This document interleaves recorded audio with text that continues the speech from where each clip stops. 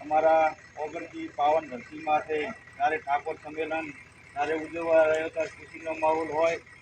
અને જ્યારે અમારે આગળ મંત્રી બાપુ જ્યારે પધાર્યા હોય ત્યારે અમારે ઠાકોરને આશીર્વાદ દેવા હોય તો પણ અમારા બાપુ બોલો શ્રી ઓગણજી મહારાજ કી આપણે તારીખ 4/1/2026 રોજ મહાસંમેલન યોજાઈ રહેલું છે। એની અંદર જ્યારે આપણે ઓગણજી મહારાજની તપોભૂમિ કે જ્યારે એ ભૂમિની અંદર જે કોઈ આપણે પ્રસંગ કરા જે કાર્ય કરા એ બાપો આપણે એની અંદર ખૂબ સાથ સહકાર અને સૌને ખૂબ સદબુદ્ધિ આલી અને આની અંદર બનાસકાંઠા વાવ થરાદ અને પાટણ 3 જિલ્લાના ક્ષત્રિય ઠાકોર સમાજને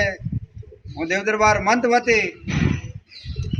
આમંત્રણ આપું છું કે તારીખ 4/1/2026 રોજ સવારે ઓગણજી મહારાજની થળી તાલુકો કાંકરેજ જિલ્લો બનાસકાંઠા મુકામે સર્વ સમાજને જ્યારે આપણે અહીં ઠાકોર સમાજનો મહાસંમેલનની અંદર જે આપણે બંધારણ કરવામાં આવે છે એ બંધારણની અંદર એક સમાજ એક રિવાજ અને એક રિવાજ એટલે શ્રેષ્ઠ રિવાજ આની અંદર આપણે સૌને ખૂબ સાથ સહકાર અને આજુબાજુના ગામો અમારે તેરવાડા છે, ઓગણપુરા છે, વેહરા છે, ભડકાસર છે, મીઠા છે, આ આજુબાજુના ગામો જે છે એ પણ આજની તારીખમાં ખૂબ તન મન ધનથી સેવા કરી રહ્યા છે અને બધાને એટલો બધો આનંદ અને એક ઉમંગ ઉછરક છે કે આજે આપણે બાપાની તપોભૂમિ પર પવિત્ર ધરા ઉપર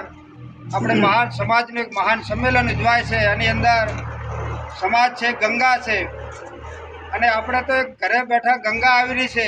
તો સંતોએ કીધું છે કે બહેતી હૈ ગંગા તો કુંભ કો જલ પીઓ ના પીઓ, સુપાત્ર મિલે તો કુપાત્ર કદાન ગયો ના ગયો। એમ આ નાથ ગંગા જ્યારે ઓગણ થળી માથે જ્યારે આવે ત્યારે તમામને નાથ ગંગાના દર્શને અને નાથના જે કોઈ સમાજના બંધારણના બધાને ઓગણજી મહારાજના આશીર્વાદથી આપણે બધાને ખૂબ એમનું પાલન કરીશું અને મા ભગવતી મહારાજના પણ આશીર્વાદ મહાસંમેલન ખૂબ આપણું સારી રીતે યોજાય અને જે નીતિ નિયમો નિર્ણય કરવાના છે એ નિર્ણયની અંદર બધા તમામ સમાજ આપણને ખૂબ સાથ સહકાર આપશે અને એનું પાલન કરશે એવું મને વિશ્વાસ છે એક આ સમાજ। બોલો ઓગણજી મહારાજ કી જય।